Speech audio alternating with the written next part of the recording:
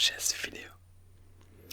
Today I'm going to present you what I believe and what I consider to be the most boring chess opening ever. And I believe most chess players would agree with me on that. So without further ado, I'm just immediately going to jump into it. We have e4, e5, knight to f3, knight to c6,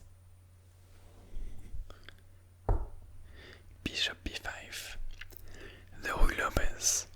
Now, don't kill me just yet. This is not the most boring opening ever. The Ruy Lopez is actually a very interesting position that I do play with white myself. I really like the kind of positions and the kind of games that you can get with it. But after knight f6, you enter the Berlin defense, which is very popular at the master level because it's a very solid line for black, and it tends to get a lot of draws and even quick draws. As we are going to see, this is not yet the most boring chess opening ever, but we are getting a little bit closer to it. So we have castle. Black was threatening to take this pawn and we did not defend it. So we have knight takes e4. And now we have d4. Black cannot recapture this because we would have rook to e1, pinning the knight to the king, and we would end up winning the knight. So this would be a big blunder for black. Similarly, trying to take the pawn with the knight would just run into the same problem, because again you have rook to e1, followed by something like f3 probably to finish it off. So you cannot recapture this pawn. So what we usually see in this position, the most common move, is knight to d6. And now we've reached a key position where there are two main moves, one of which is the most boring chess opening ever, and the other one is bishop takes c6, which enters the Berlin endgame, which is also a very famous chess position that we see a lot of grandmasters played. For example, Hikaru Nakamura and Fabiano Caruana versus Magnus Carlsen, Magnus Carlsen versus Vichy Anand. To cite only a few, Maxime Vachier-Lagrave also likes this opening a lot with the white pieces, because after d takes c6, we have pawn takes,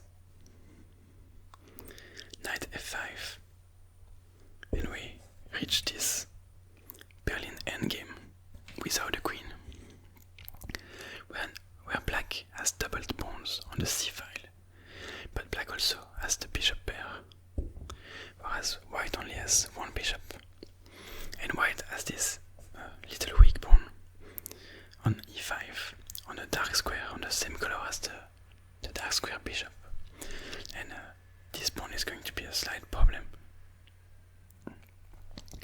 So this is again a very drawish opening. There are a lot of draws, but there is also still a lot to play for.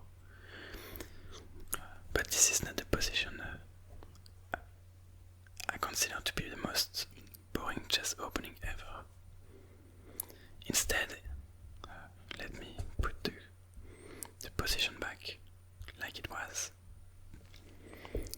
Instead, in this position, we have pawn takes e5, which now is the most boring chess opening ever, according to me, and probably according to a bunch of other people as well. This is commonly referred to as the Berlin draw, because grandmasters use this to draw quick games, to have some quick draws if they don't feel like fighting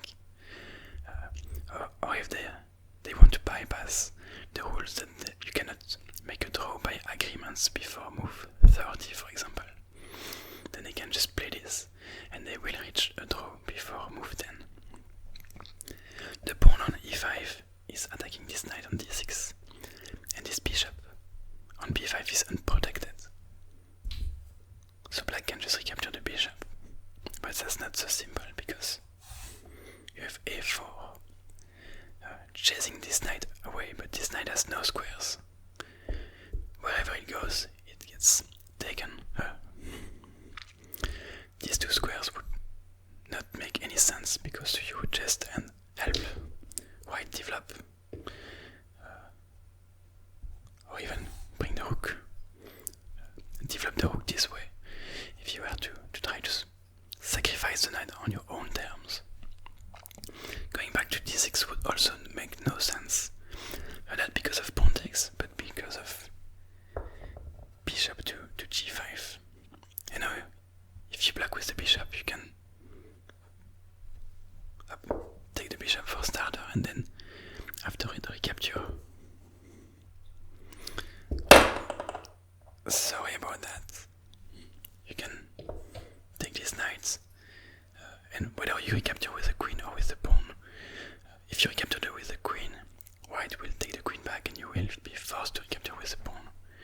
So you will end up with doubled isolated pawns on the d-file, which is a big weakness, and that's something that you want to have. So wait, yeah, this was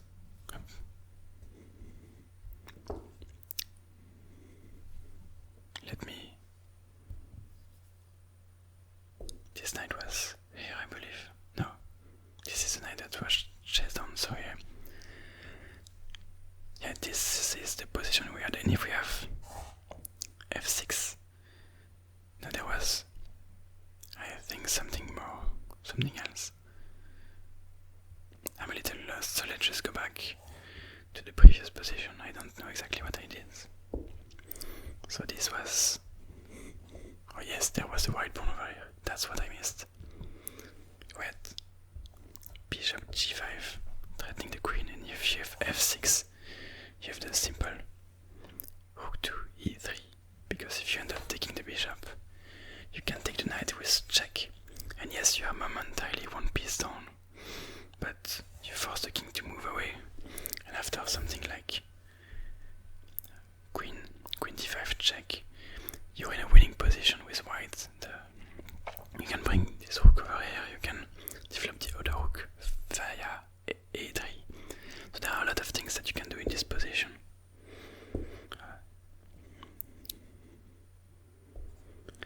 So let me go back. Was this a position? No, there was a bishop over here still, and this rook was there. So after this a4 move, the most common move is just to go back to d4. Well, the only move actually is the knight d4, and we have knight takes d4, knight takes d4, queen takes d4, and now that's not the first move. There are other options, but usually when grandmasters plays this line, they go for d5, pawn takes d5 en passant, and queen takes d5, and I believe this is move 10, and this is very likely to end in draw with this repetition of moves. And it's actually something that you see a lot, and again, I believe most grandmasters have played this at least once in their life. Magnus Carlsen, not so long ago, played this for the first time, I believe, in a blitz game, in a tournament where he could just secure the win with a draw in the last round, and he just went for it. And basically, the idea is that with black, you cannot really do anything. If you were to block with the bishop, you would lose this pawn that is threatened by the queen. If you were to try this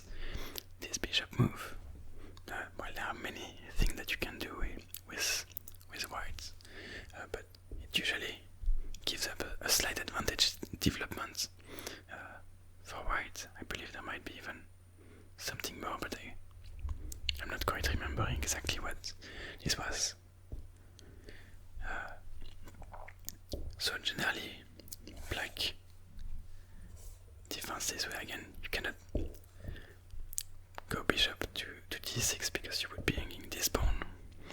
And generally speaking, white can develop a lot faster. White is already castled while black isn't. So white can already start applying some pressure on black. So black would be fine with a draw because it would be the choice between a draw or a slightly worse position. And the player with the white pieces usually goes with a draw because that's the whole point of the line, to make a quick draw. Trying something else, like preparing rook to e1, doesn't quite work.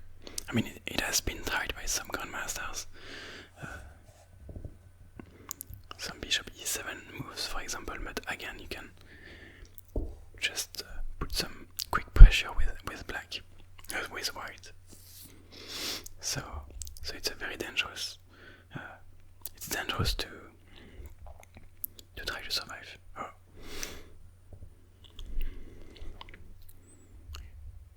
Okay, so let's just watch it from the top one more time before I end this video.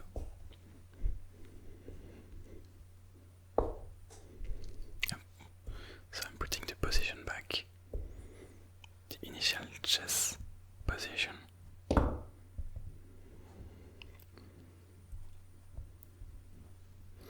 And I will start from the top to show again the moves from the most boring chess opening ever.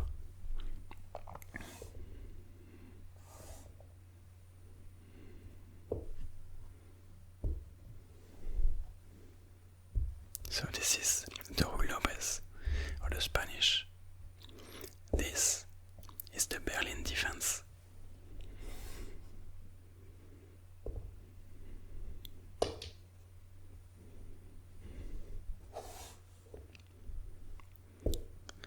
And this, finally, is the Berlin draw.